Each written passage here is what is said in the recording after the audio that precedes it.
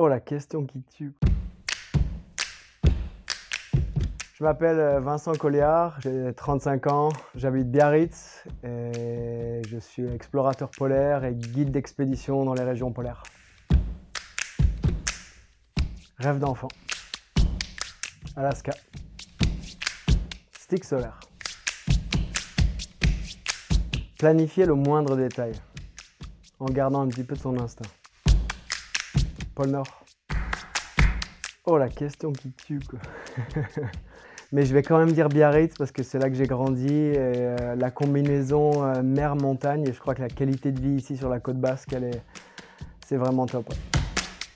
SPF 50. Réchaud dans la tente. Oh, chausser les skis. Parcourir les glaciers. Sunset. Eau salée. Expédition en solitaire. Une famille d'ours blancs. Avoir un mentor. Dans les eaux arctiques. On va dire étendue de glace. Bien qu'après une étendue de glace, je mettrais bien mes pieds dans une plage de sable fin. Oh, celle-là, elle est comme le pôle sud ou le pôle nord. Pas vraiment de préférence. Carré. Préparer une expédition. Se dépasser. Expédition pendant plusieurs mois. Définitivement 1 degré Celsius en moins. Moi, ce que j'ai compris à force de faire des expéditions dans les régions polaires, c'est les glaciers un peu qui régulent la température de notre planète. Ils agissent vraiment comme des réfrigérateurs.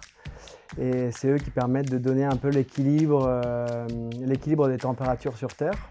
En gros, qu'est-ce que ça veut dire? C'est que si un jour on se réveille avec 40 de fièvre, on ne se sent pas vraiment bien. C'est un peu la même chose pour la Terre là, quand les variations sont trop brutales.